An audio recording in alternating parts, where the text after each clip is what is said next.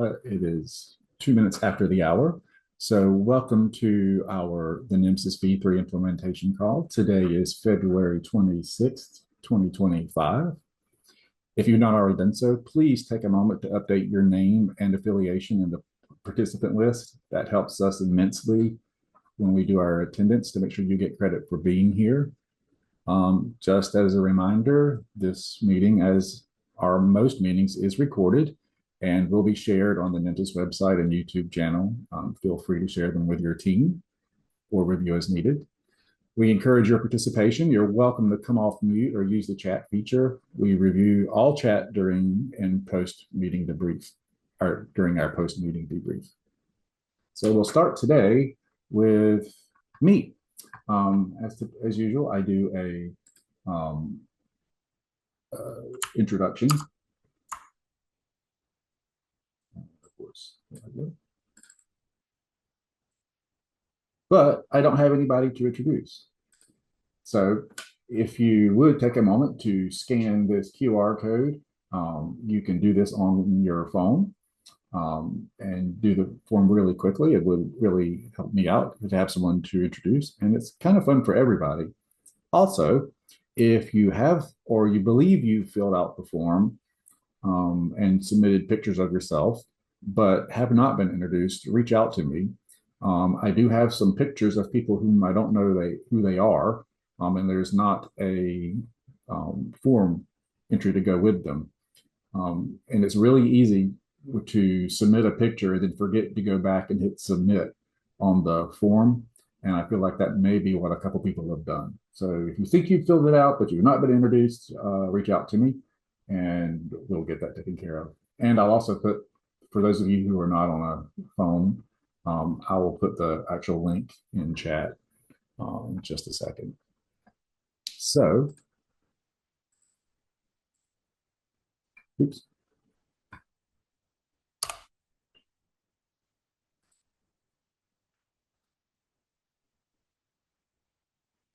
The next person up is Mr. Jeremy Kinsman from the Office of EMS to give us an update.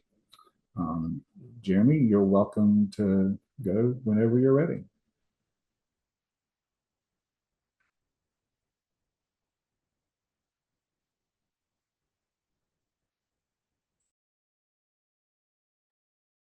Hey, Jeremy, you may be on mute.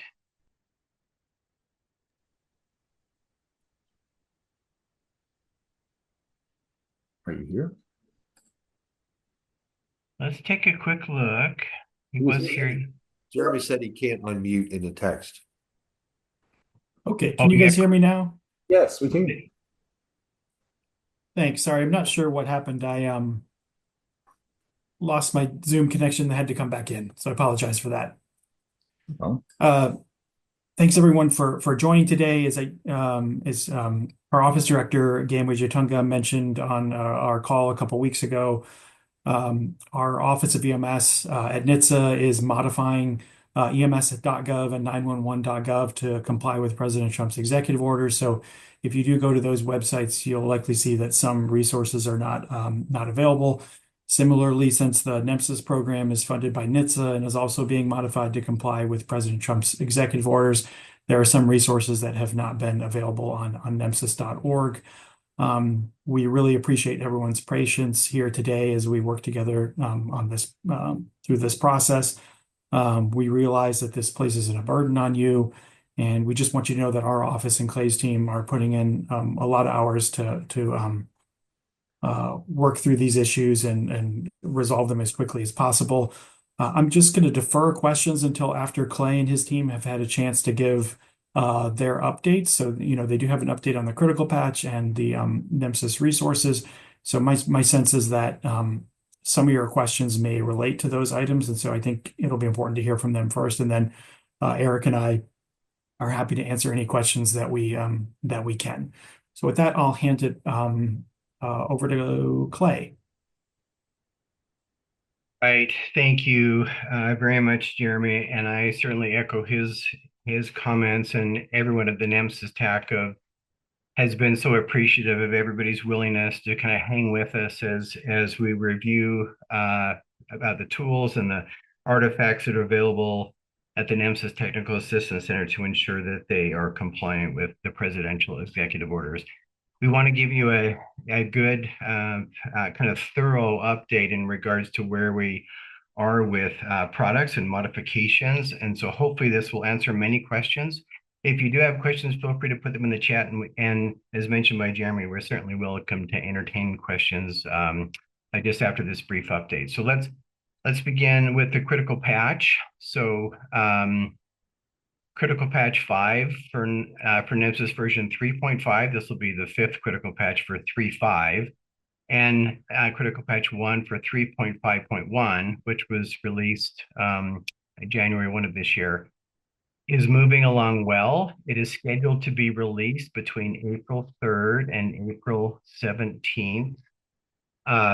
There is a chance that those critical patches could be available a little bit early. If that happens, we will announce that through the NEMSIS Google group, and we'll certainly let you know on these calls and on the DMC calls that we participate in if those are released and when they are released.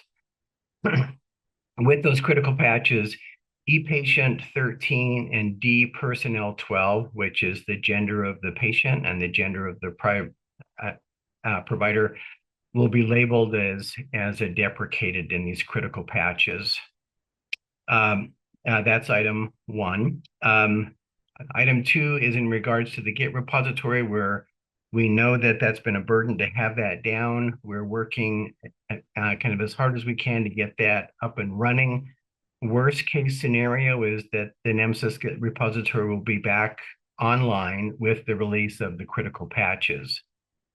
We have been able to separate independently, remove the NEMSIS state schematron validator from the Git repository, and that is now available. And so the states can submit their schematron files for validation just using the same address that you had used in the past, the same web address. The other tool I think that the NEMSIS TAC that folks are waiting anxiously to be back up are the NEMSIS data dictionaries. To have those back online, we're hoping to have PDF copies of the data dictionaries online in the next couple of weeks. Worst case scenario, to have the HTML copies and the PDF copies all back up online. That will also be sure and will be part of the release of the critical patches. Maybe just to briefly, if I'll just share real quickly. Is it okay if I can share? Yeah, so I'll just share my screen real quickly to give you kind of a mock-up of, let me make sure that works, give you a mock-up of what the deprecated elements will look like with the critical patch. So this is what it means for them to be marked as deprecated.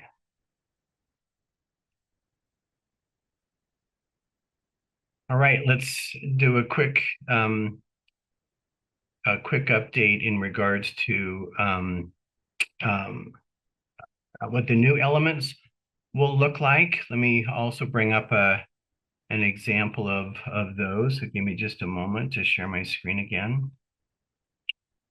Again, this is a mock-up of what the new e-patient 25, the patient sex, and D personnel 40, the personnel sex. This is a mock-up of what they will look like in the critical patches. Of note, and this is really important, you'll notice that with this initial release of these critical patches in the beginning of April, the minimum occurrence, what we call min occurs, that is listed right here in the data dictionary, the minimum occurrence will be listed as 0 initially, which means that with this release of the critical patch, this element does not need to occur once, right? It can not occur. So the occurrence here, the first number is the minimum times that it should occur. and then the final number is the maximum time that this element should occur. It would be marked as 0 to 1. This is not usually true of national elements. This value is usually 1 to 1, right? National elements are required to be present with all transactions of the NEMSIS standard. We're setting it to 0 for 3 months with this initial release to ensure or greatly reduce the possibility of lost records, because they would fail if an agency, a state, and the national repositories aren't all lined up with the new standard. So the min occurs will be 0 to 1 for the first 3 months of this critical patch, allowing data to flow smoothly as people are making the transition to the critical patch. In 3 months from the release of the first critical patch, there'll be a second very small critical patch to 3.5 and to 3.5.1 that just changes the min occurs, this occurrence, to 1 to 1.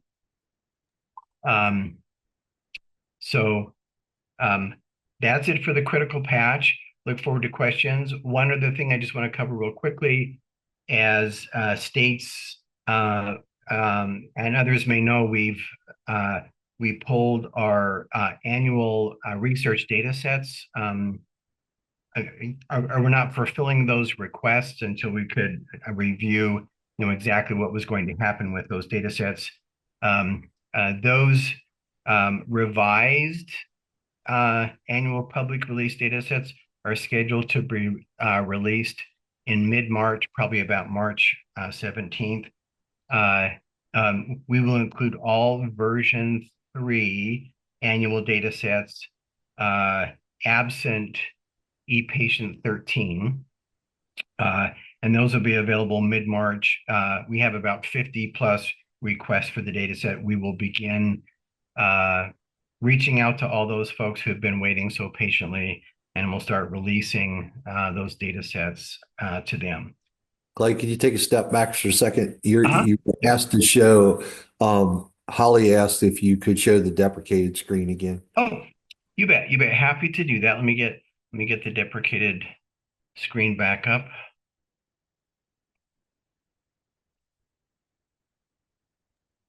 There you go. And it will be the same for the NEMSIS 2024 public release data set. It should be due about the same. It will be available for researchers to utilize about mid-March, and it will be missing ePatient 13. Any questions that folks want to talk about? Happy to entertain them.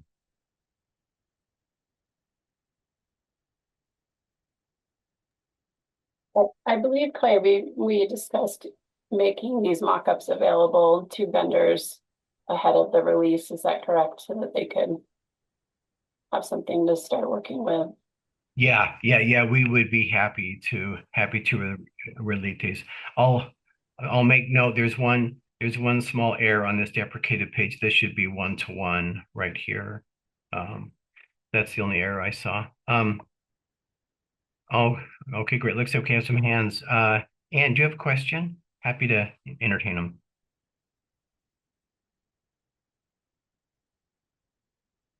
And you may be on mute. Okay, there we go. Sorry, I couldn't unmute for a second. Yeah, I was just wondering, I'm trying to pay attention to all the things you were saying as you go along. For example, that for the first 3 months, it'll be a certain way. And then is there any way we could get like just a little bulleted or something FAQ or some kind of little, not even an FAQ, just like those that bits of information kind of recorded on a separate paper or something, so that we can make sure if we convey this information to our stakeholders, or if there's questions, that we get it right. Yeah, that's great, Thank you. Ann. We'd be happy to do that. I'll work with you, Jeremy and Eric, just to make sure that is written appropriately. But yeah, that's a great idea, and I'm sure we can provide something. I think David was next with his hand up. David Sayer. Okay, I was wondering if there are going to be any increment of the version numbers, so 3.4.1, 3.5. Yeah, David, we have decided on the release numbers. Would that be valuable for you? Would that help you, David? Is that what you're saying? Just kind of mapping out our strategies for this. So if we're changing our export of like 340, or is this going to be a new one on top of that 341? It does change things on our end. Yeah, it's not critical to know at the right now. Just kind of wanted to bring it up. Okay. Yeah, Josh, if you're available, maybe you could just post those in chat. I know we've decided on a build number. Yeah, I can do that. And David, these will be updates to version 350 and 351. 340 is not being updated since it's retired. And these wouldn't be new build numbers. So it'll be 3.5.0.250403 CP5. So have a different build number at the end. Okay, so yeah, I didn't maybe on this critical patch page you could indicate that because I don't see a version number on it. And Clay, it's also important to note, so the recurrent 0 to 1, the current ePatient 13 is 1 to 1. The element will be changed to 0 to 1 to allow the ePatient 13. So the strike through is a little confusing there in the mockup, but the ePatient 13 will become min-occurs 0. Oh, thank you, Ben. Yeah. Thank you, Ben. That's correct. Thank you. And I have some more, but maybe Samantha was going to go next. But if you come back to me. Yeah, we got a couple of questions in the chat as well. Samantha, go ahead, and then we'll get through the ones in chat. Yeah, so I was wondering, I see on the new ePatient 25, ePersonnel 40, that they're going to have pertinent negatives. Do you know if this is PNL here, where we would send the not value with the pertinent negative value? Clay, I could answer that one. Oh, yeah. So yeah, the pertinent negative would accompany the element being empty. Thank you. Appreciate that.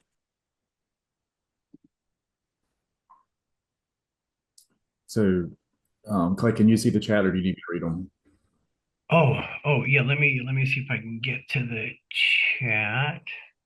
Yeah, sorry about that. Yes, let me go through these as well. Thank you. So Amber, FYI, the previous part of the data dictionaries. Thank you, Amber. That's great. Common ePatient 13, the only element that will be affected in the research databases. That's correct. It will only be ePatient 13. Thank you for that question. Holly, will the new schema be released with the patch in April, or will it be released before the patch is implemented? The new schemas will be released with the patch. Josh has listed the at the end the anticipated build numbers there. Thank you, Josh, and Hannah. Thank you for your comment. Samantha, do you still have a question? Oh, no, I do, but I'll let some other people go and then come back to me. So I'll lower my hand. Okay. Ridgely, do you want to go with your question? Yeah. Is anything changing on 3.4? Like when the website's back up, will gender be replaced with sex, or will anything change on 3.4 or earlier? Yeah, I don't think the documents for 3.4 will be archived. There won't be any changes to that standard. Okay, thank you. David, should we come back to you? You had some other questions? Yeah. So how much coordination has there been with the states and their repositories? Are they aware that I mean, are they on board with the schedule? Are they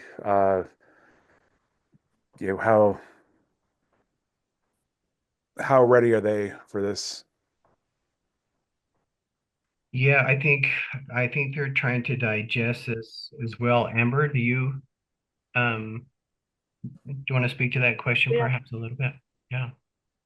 Sure. Can you hear me okay? Yeah, Amber, sure can. Perfect. Yeah, so we were made aware in our last Data Managers Council meeting, and so we're scheduling a second special meeting for us to kind of game plan how the states plan to tackle this. And then if it's something that we feel, that we need to have a broader conversation as well, we're happy to open up some future meetings to, if we want to include vendors, if there are things that we feel that we need to talk about in a different platform as well, we can certainly use the DMC meetings to invite vendors and states together to help move this forward. But for now, I think states, as Clay mentioned, we're digesting and game planning still, and we'll likely have some more paths forward now that we have some timelines and after our next meeting, which will be next week. So thanks for the consideration. How nice. Yep. I appreciate you trying to coordinate those together. That'll save us a lot of headache, especially with the version number not incrementing. That does create some ambiguity on our end. If it's, Colorado's 3.0 versus 3.50 versus Oklahoma's 3.50, and they have different elements completely, that's a headache. Yeah, thank you, David. Sanjeeva, do you want to go ahead with your question? Sure. After introducing these elements, do we need to follow the compliance and certification process? Anything? Yeah, great question. We're trying to work out kind of a simple process where perhaps we could I just test to make sure that software has moved to the critical patches at some point in the future. We're still trying to work through that process. And again, there will be, this double release, right, where we release these in early April, and then there will be a release, a small additional critical patch 3 months later. We're still working through that process. It's a great question, and we'll as soon as we have something to kind of bounce off you folks, we'll let you know what we're thinking in regards to something for compliance to the critical patch. Sure. And also another question related. This is the draft element. Can we plan based on the draft element, the implementation on our lower environments, the development process? Are there any more changes in the coming months for these elements and hinges based on what we see here? Pretty good start with the development process ahead of the game, and providing resources for all the software vendors to validate the state implementation. Yeah, we're releasing this in hopes that you as a developer will have kind of a leg up as to what this will potentially look like. So yeah, feel free to share this. We can make this available as well. You can screenshot it if you wish. I grab already a screenshot. I want to share with my management and the plan ahead with the development process. Okay. Thank you for your information. You're welcome. We have a question or a question from David Saylor in the chat. Could the definition be sex at birth? That was considered, but wasn't implemented based on the presidential executive orders. Steve asks, will vendors be required to label ePatient 25 as sex? We're getting some great questions in here. This may cause some issues with web page filtering, limiting. Steve, could you speak a little bit to that, just so that we all kind of understand what you think might be the complexity?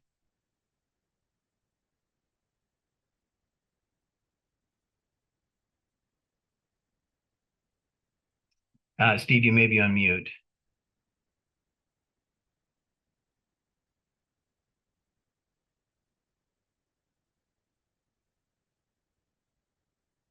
Okay, Steve, we'll come back to you. Would love to understand that issue a little bit better.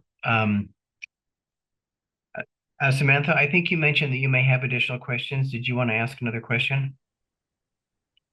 Most of my questions are being answered in the other questions, so I'm good. I just want to kind of clarify something though. These are breaking changes. Is that accurate? So once the critical patch goes in, if we were to submit a 3.5 record with e-patient 13, then that would cause an XSD error. No, that wouldn't. Okay, perfect. That helps a lot. Thank you. You bet. And Samantha, if I could add in, Yeah. this first patch will be non-breaking. It'll be backwards compatible. You'll be able to add sex, but you can still have gender in there. If you don't have sex in there, it'll still be okay. The second follow-up patch will make it so that the sex element, well, ePatient 25, that one, has to be present in the XML. So that will be a breaking change at that point, which is why the transition period is being given. Appreciate the thoughtfulness there. Thanks for clarifying. Yeah, Chris, can you see if you can unmute? Yeah, unmute Steve. I've unmuted him. We should be able to hear you now, Steve. Yeah, you should be good now. Yeah, thank you, Steve. We can hear you. Thank you. What we've run into a bit in the past is years ago, we used to have the field labeled as sex.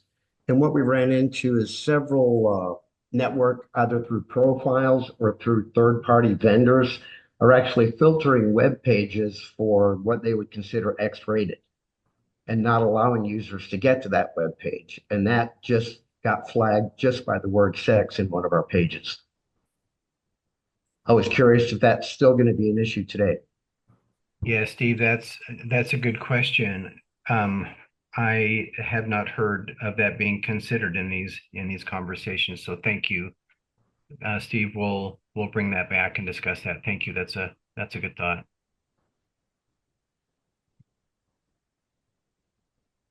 Okay, David, do you have other questions? And then we'll get to James. Thank you, James. Last question is about compliance testing. If there's going to be another round mandated at all since reasons. Yeah, David, that's what we're kind of working through right now, trying to figure out. We're trying to make it be as slick and as easy and efficient as possible. We're still working through that process. It's going to be some time before that would be required. So we feel like we have a little time to make sure that we're implementing some process that will just make sure that it's as easy and efficient as possible. So we'll get back to you as quickly as we can on that, David. Would there be any clarifying note that says, we're on 350, but they're not sure if it's pre-Trump 350 or post-Trump 350? Oh, on the website? You mean yes, an so indication? As the kind of corollary to the first question. Oh, I don't know. Thanks for the thought, though. We'll consider that when we're putting together the ideas for for some type of compliance. Thank you, David. James. Hey, Clay, can you hear me? Yeah. Thanks, James. All right. I just wanted to follow up on a question I think was raised a couple of weeks ago by one or more of the states with regards to these custom elements. I think the question came up from New York specifically that, because of the executive order and the states do not fall underneath that executive order. However, they want to initiate custom elements that do contain the genders if that was going to be allowed on the NEMSIS tag.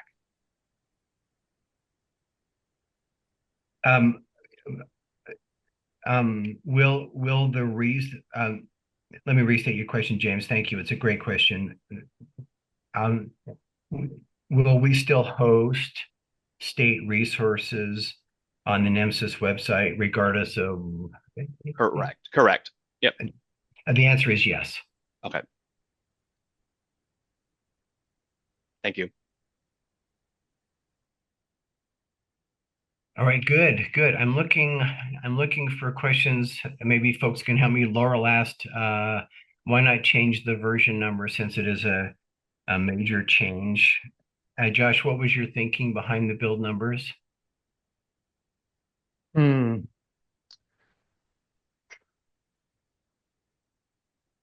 guess, yeah, I'd have to think through, like we would be talking, so it's a critical patch that's patching both 350 and 351. So yeah, the question would be, what would those become? Would they be 352 and 353, and then the lineage would kind of be broken? You wouldn't know that 352 was descended from 350. Or if you jump to 360, 361, yeah, I don't know. 35.1, 350.1. Well, that's what the build number does at the end. 3.5.0 point, and then it's got a build number. Yeah.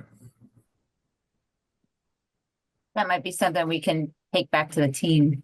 Yeah. Kelly mentioned, could we make sure the compliance documentation is updated to reflect all the requirements? And I can answer that. I'm sure, of course, we will definitely do that. Great. Sundown, I see you have a question, and I'll continue to look through chat. Hey, thank you. So let me just kind of start by saying that the question I have is coming from the perspective of a provider on the ground, of a paramedic on the ground, and really from my own personal experience as an active provider. I want to say I'm not really representing my organization with this question, but really it's a question about guidance.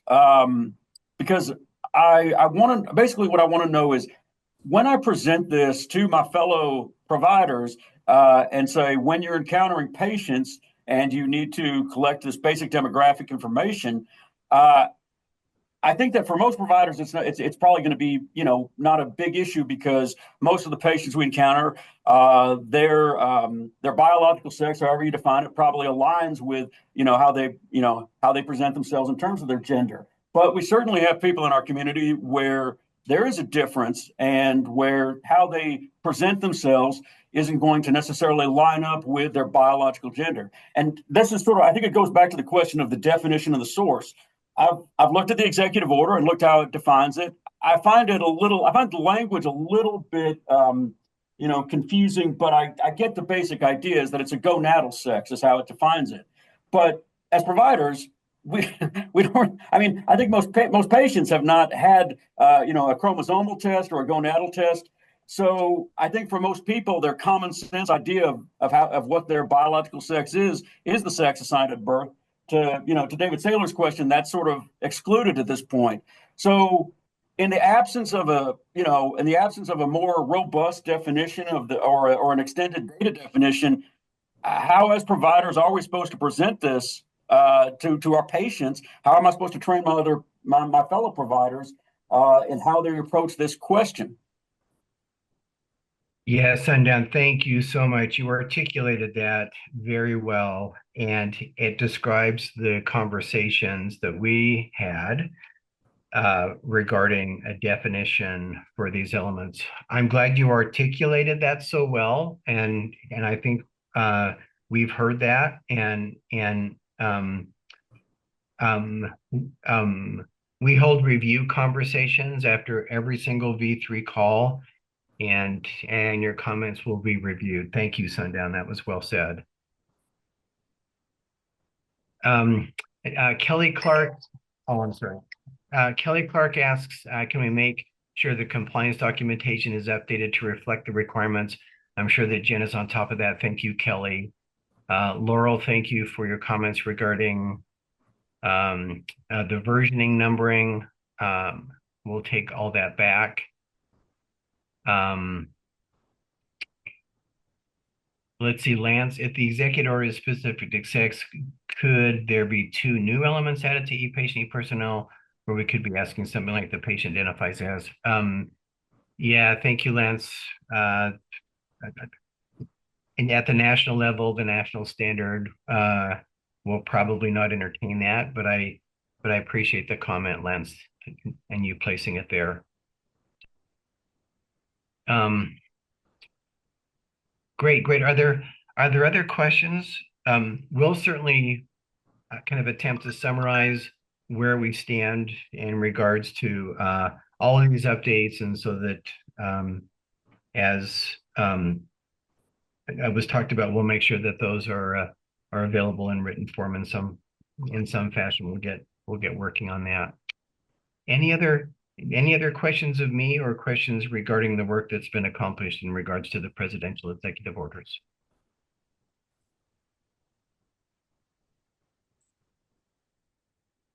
All right. Thank you. Thanks, John. So next up in our action-packed episode is Ms. Jen Correa with a maintenance update. Good morning, everyone. Thank you for joining us. This is just a reminder that the maintenance schedule has not changed for 2025. This will always occur in the third week of the month on the Tuesday and Wednesday. If there's anything outside of that schedule, we will always let you know via the Google group or one of our listservs.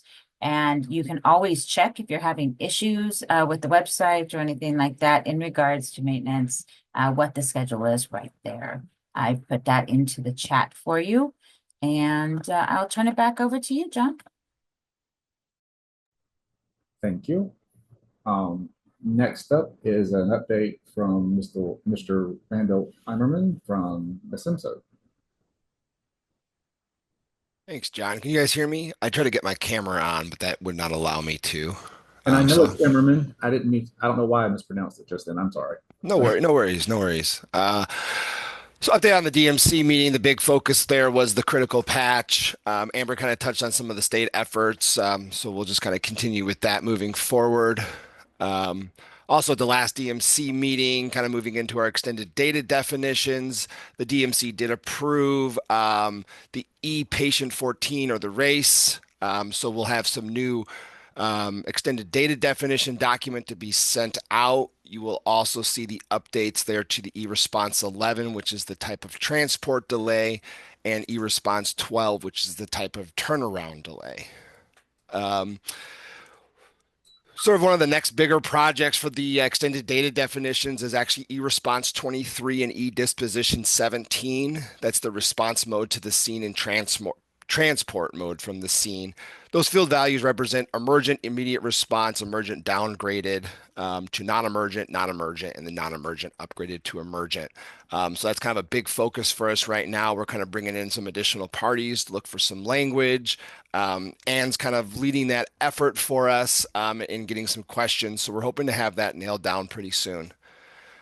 The other thing we're doing with the current extended data definitions is we're just kind of going over the document, looking for any new values that were added in 351, just to make sure that those are complete.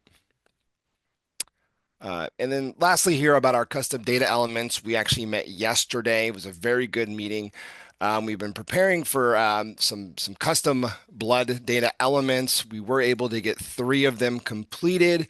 Those will be next step. We'll be moving into the approval by the entire Data Managers Council. So those 3 were the blood product unit number, the donor blood type or ABO, and the donor RH factor.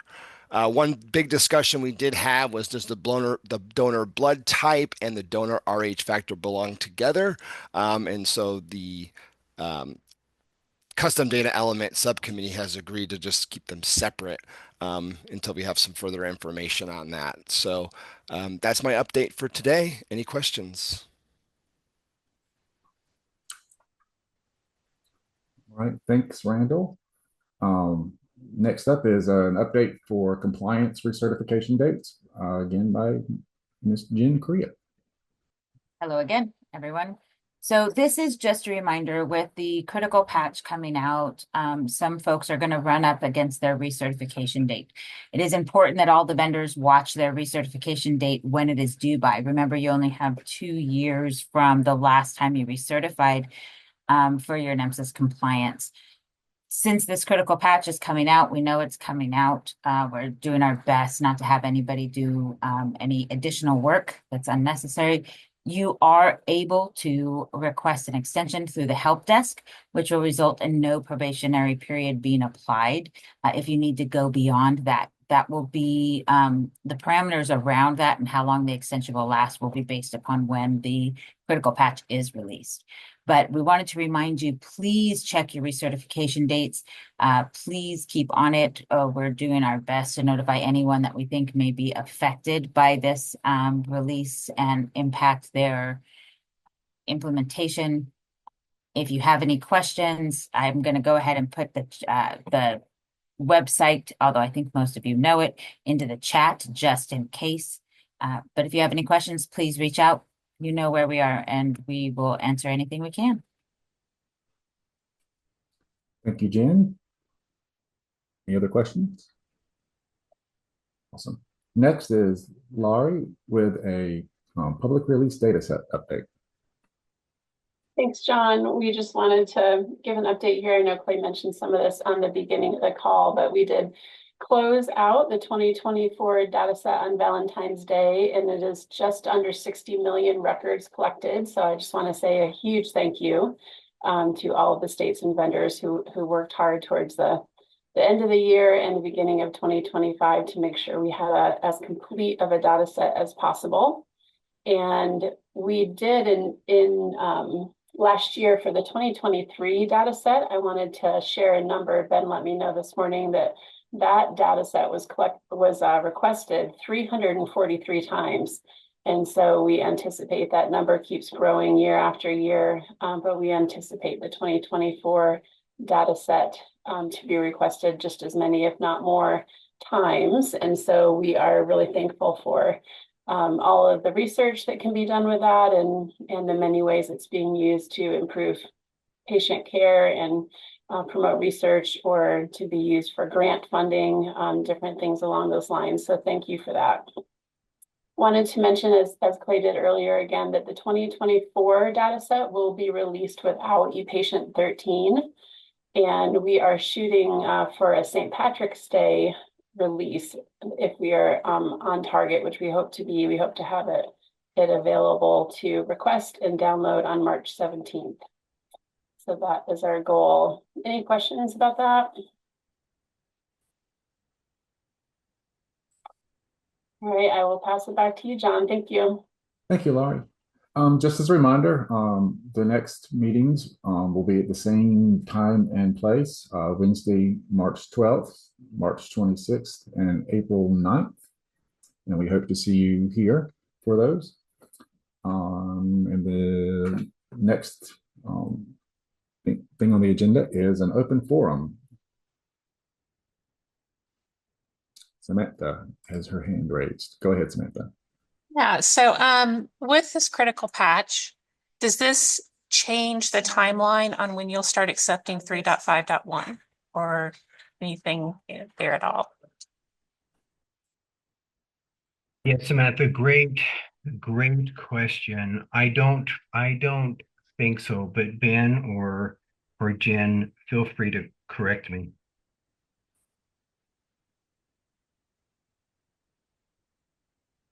That's what I was going to say. No, to my knowledge, Jen, unless you want to say differently, this should not change timeline for 351. That's exactly what I was going to say, Ben. All right, so the NEMSIS TAC will officially start accepting 3.5.1 on June 1st with these changes. I will say that this kind of puts us vendors in a little bit of a bind to be able to be coming out the gate June 1st with a 3.5.1 compliant version, having to kind of go into scramble mode here. Yeah, thank you. Yeah, thank you, Samantha. I know that this is just an added burden, particularly with two coming out. I think that solves a very important issue, but it does kind of complicate the environment for the vendors. We'll continue to work as closely as we can with you, and we'll do all we can to kind of ease the burden. If we need to make other modifications to timelines, we'll be happy to do that once we get a little farther down the road. Josh, feel free.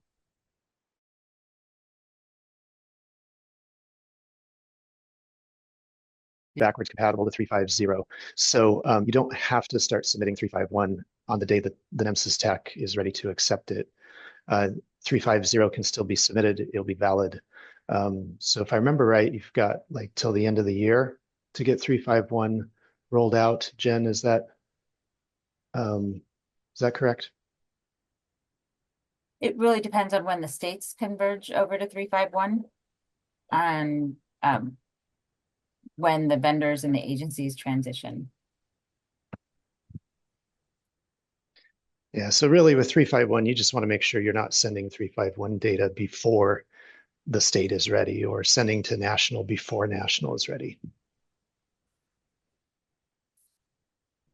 On a completely different subject, Lance Iverson asked, Sarah Mohan asked, has there been any discussions about adding a high load control temperature? We've run into a couple of hypothermia cases where thermostats only read low, and we don't currently have a way to document that temperature except in the narrative.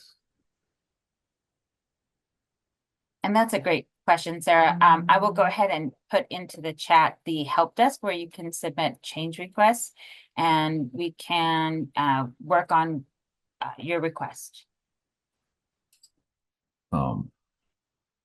The next two conversations or questions in chat are about the I'm reading them quickly. So they're about the executive order.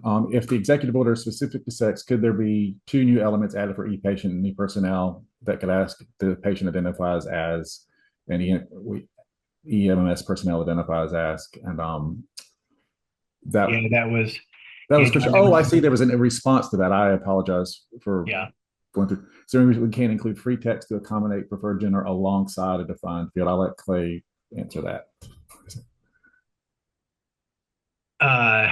I don't think that would exist within the standard, Jonathan. Well, hi. And I don't want to belabor this because you guys have perhaps reasons for doing it a different way. But that's actually what Oregon is doing right now for the pediatric registry over there. That is, as I think you know, designed for interoperability with NEMSIS.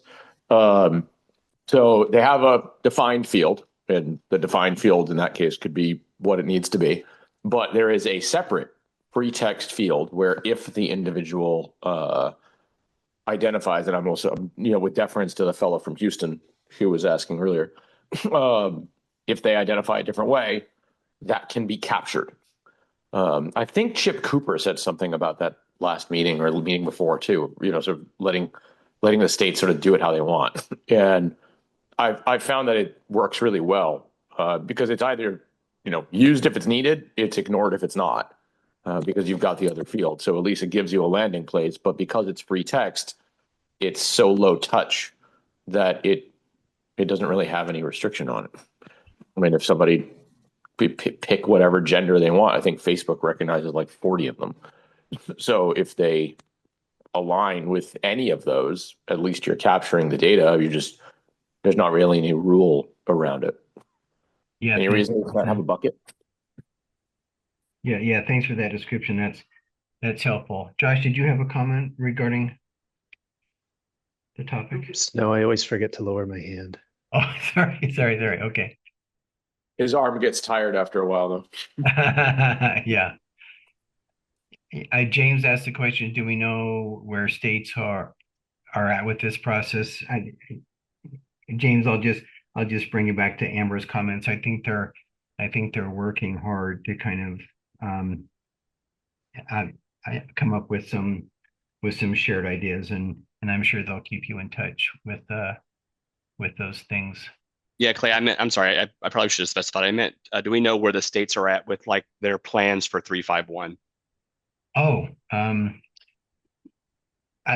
we usually maintain a survey regarding the adoption of a new standard. Jen, have we? We haven't yet put something in place. I think we're all caught off a little off guard with understandable additional work. Yeah, we'll get on it, James. Yeah, thanks, Jen. Thanks.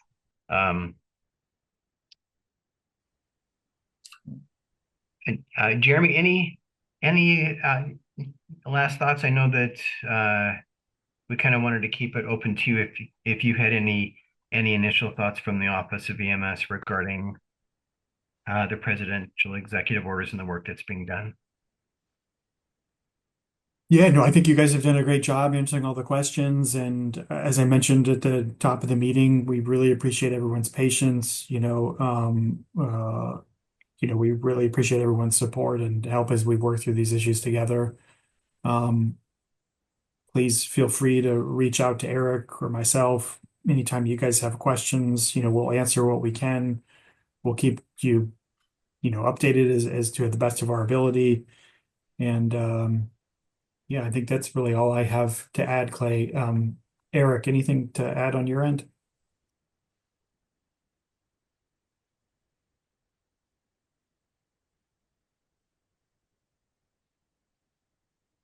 You may be muted. Eric, you may be on mute. I also know that he's multitasking after just returning from vacation. So maybe he's no longer on the call. It looks like. Okay. Okay, good. I will turn it back over to you, John. Thank you for the questions during open forum. That was very helpful. Last but not least, before we go to the breakout rooms, is Jen with just a reminder on the breakout room code of conduct. Good morning. And last week, the last V3 implementation called the breakout rooms went really well. This is just a reminder that during the collect and send meetings, their vendors are requested not to go into other vendors' rooms, right? And if you do enter the room, please announce yourself and ask them for permission to be there. This is a place for the software vendors to be able to get together with the agencies and the states and have conversation. And sometimes having other vendors present can possibly impede that. And this is also to remind the states and agencies that sometimes it's pretty hard for the software companies to have everybody that could possibly answer any question out of the blue on these calls, that they may have to tell you that they'll get back to you and they will arrange for a call or an email or some other type of response. They may not be able to answer the full question during the breakout session. So thank you all. Thank you for being kind to each other. Thank you for understanding. And please, everyone, go to your breakout rooms. This is a pink week, and the product names are listed. So we will see you in your room.